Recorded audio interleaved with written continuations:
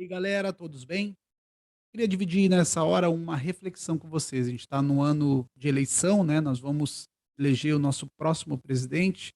Eu não quero aqui falar para você quem você deve votar. Eu acho que cada um é adulto e dará conta de si para Deus. Mas eu estava refletindo em cima da passagem em que Mateus escreveu no capítulo 5 sobre o Sermão do Monte de Jesus. Eu não vou fazer aqui um estudo, é somente uma reflexão rápida para que também você venha entender o contexto que nós estamos vivendo no Brasil nesses dias.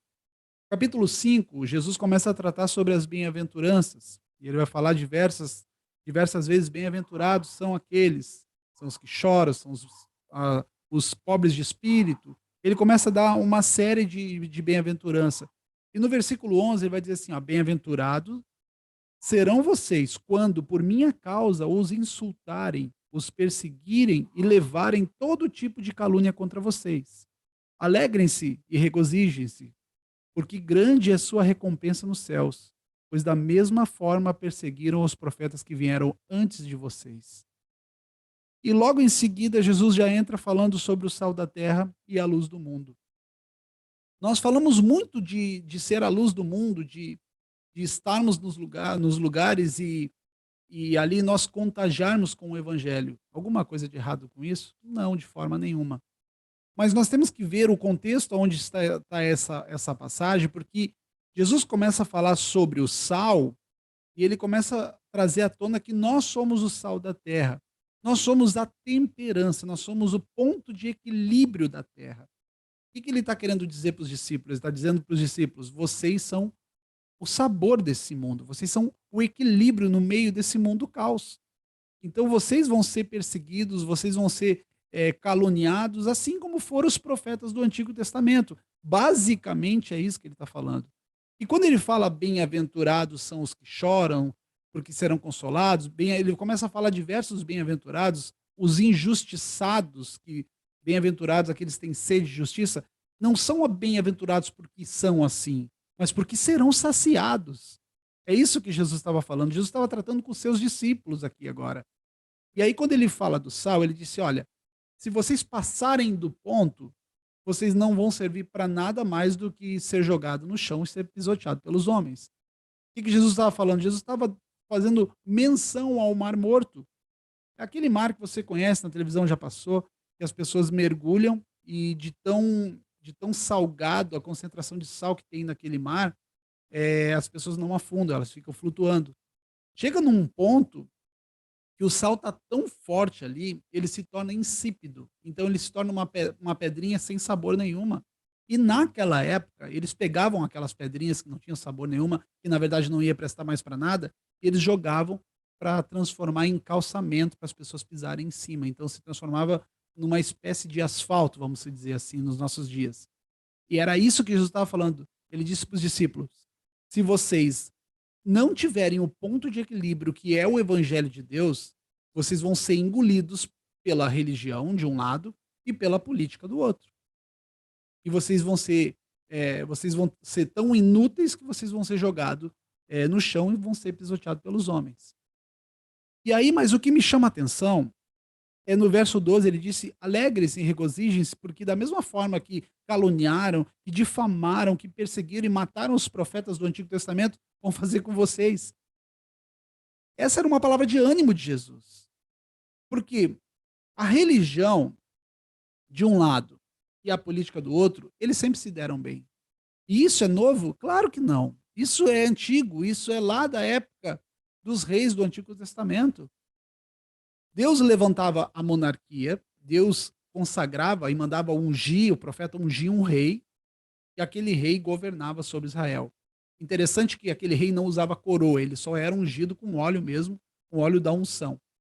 E de contrapartida existia o outro lado, né, que era o sistema religioso, que depois de Arão, que foi o primeiro sumo sacerdote, tinha um sumo sacerdote e os sacerdotes ali que cuidavam da parte eh, da religião judaica, né, a única religião do povo de Deus naquela época. E eles se davam bem, mas eles se perdiam muito durante o caminho, tanto o rei quanto o sistema religioso. E o contraponto de Deus no meio desses dois aí eram os profetas. Então Deus, quando tinha que falar com o rei ou falar com o sacerdote, Deus usava o profeta, porque o profeta não fazia parte de uma casta sacerdotal, de uma descendência sacerdotal que passava de pai para filho, da tribo de Levi, eles eram separados para isso. Logo, o rei também passava de pai para filho. Então, o único que não tinha uma linhagem sacerdotal, uma linhagem de uma família de profeta, era o profeta. O profeta era levantado no meio do nada, onde Deus achava melhor, achava um homem segundo a vontade dele, e levantava, entregava a palavra para ele, e ele ia lá e entregava a palavra tanto para o rei quanto para o sacerdote, tanto para a política quanto para a religião. Porque a política e a religião, quando eles se unem, eles têm os seus interesses. E eles acabam se perdendo no meio do caminho. Então Deus mandava o profeta, e o coitado do profeta, ele chegava lá, muitas vezes ele era tão maltratado quanto morto. Chamavam Elias de o perturbador de Israel, porque quando o rei queria escutar aquilo que ele queria escutar, ele chamava diversos profetas, mas não queria ouvir Elias, porque Elias ia falar a palavra de Deus. E a palavra de Deus não é aquilo que nós queremos ouvir, é aquilo que nós precisamos ouvir. Então, o profeta era esse ponto de equilíbrio, era o sal entre o meio, a política e a religião. Na época de Jesus era totalmente diferente, por quê? Porque na época de Jesus, tanto a religião quanto a política estavam totalmente corrompidas e não observavam mais os preceitos de Deus. Uma porque não existia mais rei. Agora, Israel era subordinada a Roma, era escravo de Roma. Então, Roma era a parte política. E a parte religiosa, que Roma permitiu que ainda continuasse a religião judaica, que era regida por dois sumos sacerdotes, que a lei não permitia, que era a linhagem sacerdotal passava de pai para filho. Ali existia dois, era genro e sogro. Uma indicação de Roma e outra indicação da religião, dos saduceus naquela época. E eles andavam muito bem, porque eles tinham interesse em comum. Qual era o interesse em comum deles? O poder e a manipulação. Então, a religião manipulava a parte religiosa, e Roma queria apenas o dinheiro que era coletado lá e não queria bagunça. Então, um tinha interesse no outro. A religião organizava o povo e Roma pegava os benefícios, os lucros, né, de toda aquela parte religiosa. Então, a religião e a política naquele momento de Jesus estava totalmente corrompido. Quando Jesus veio, ele não veio com a proposta nem de se aliar à religião e nem de se aliar à política em Roma. Ele poderia muito bem estar falando para os discípulos aqui, dizendo: ó, agora nós vamos eleger Mateus, vai para o Senado, o Pedro vai cuidar é, ele vai ser prefeito, outro vai ser governador. Nós vamos nos inserir na política agora, porque é aqui que nós vamos reinar. Na verdade, nós olhamos para as escrituras e não há evidência nenhuma no Novo Testamento que Jesus chamou seus discípulos para governar. Não governar nessa forma humana. A igreja foi chamada para servir e não para governar. Isso tem que ser notório para nós. Isso tem que ficar muito claro para nós. A religião e a política, elas já andam junto há muito tempo. E o sistema se reinventa. Nunca deu certo. Roma nunca foi amiga da igreja. Jesus nunca se aliou a Roma e nunca se aliou aos religiosos. De maneira nenhuma, Jesus era o contraponto. Era o ponto de Deus ali, a exatidão de Deus no meio desses dois sistemas falidos. E aí ele diz para os discípulos: vocês vão ser perseguidos como os profetas do Antigo Testamento. Ele estava nos comparando aos profetas do Antigo Testamento. Por quê?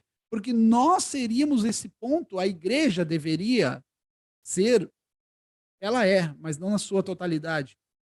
A igreja deveria ser, nos nossos dias, o ponto de equilíbrio, o sal dessa terra, em meio a dois sistemas totalmente corrompidos, que é o sistema religioso e o sistema político. E quando eles se unem, eles têm interesses próprios e eles passam por cima dos interesses do evangelho, que são relacionamento entre pessoas.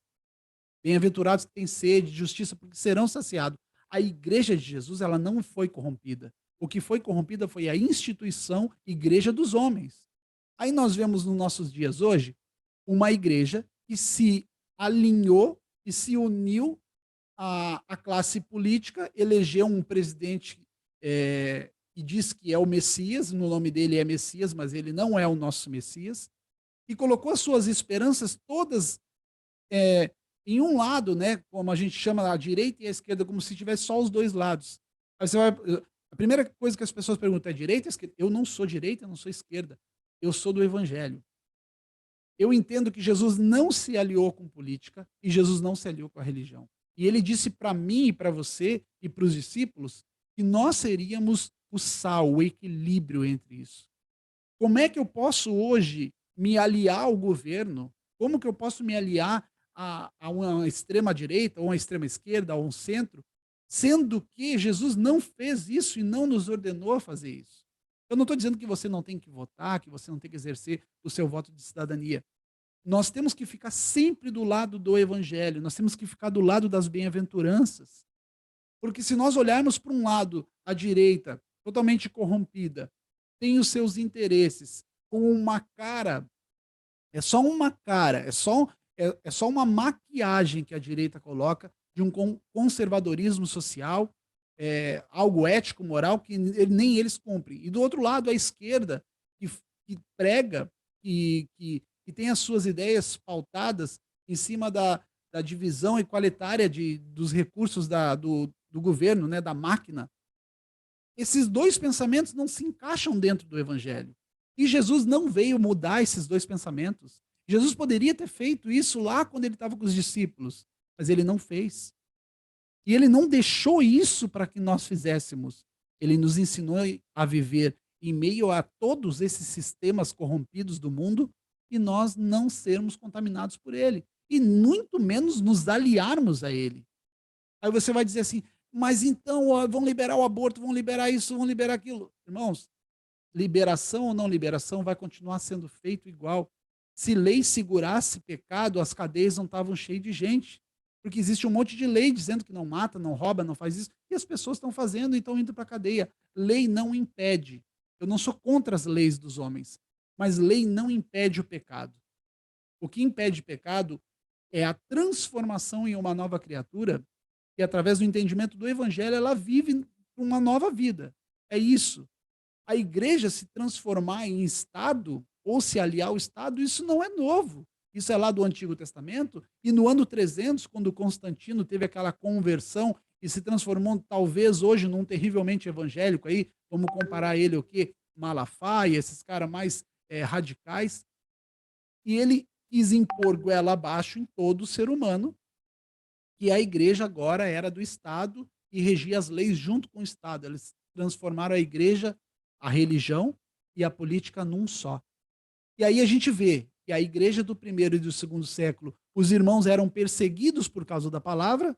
Agora, no terceiro século, no terceiro e quarto século em diante, a gente vê a igreja se transformar na igreja católica, que é a igreja católica quer dizer universal, e de perseguidos pela palavra, eles começam a perseguir aqueles que não querem a palavra.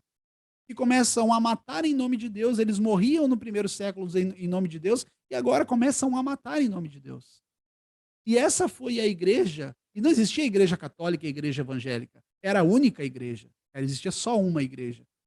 E essa igreja reinou por quase 1000 anos, assim, nesse regime oposição em cima de oposição, e perseguição e matança de pessoas. A Inquisição matou muita gente que pensava ao contrário. Isso é quando a igreja e a religião elas se unificam.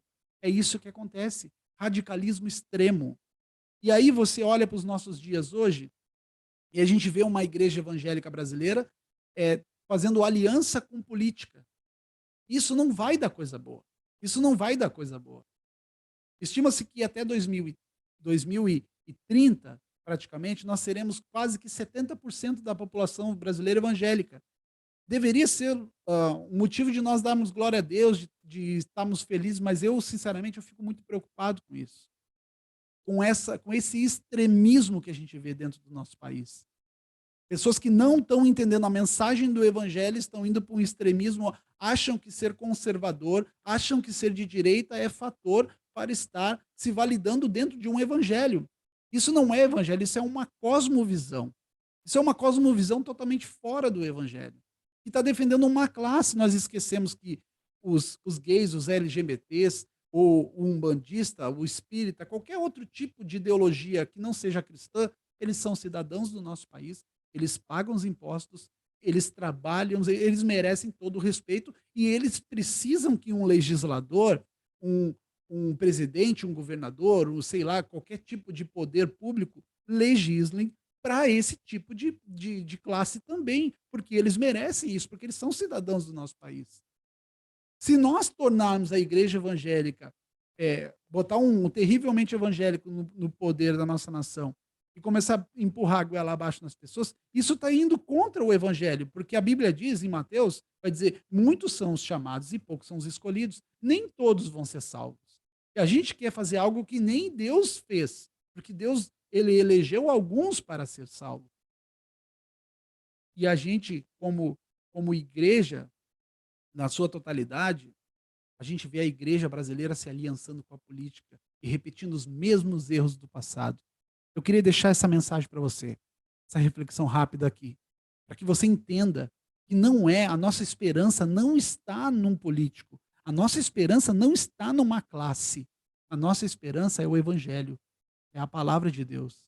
Ela é suficiente para nos tirar desse sistema mesmo vivendo dentro de um mundo que eu costumo dizer que é um avião caindo, e não adianta esse avião caindo você fazer negociatas com a política ou com a religião para você sentar na primeira classe e receber champanhe lá. Se todos vão cair, a Bíblia diz que o mundo jaz no maligno. Então não adianta.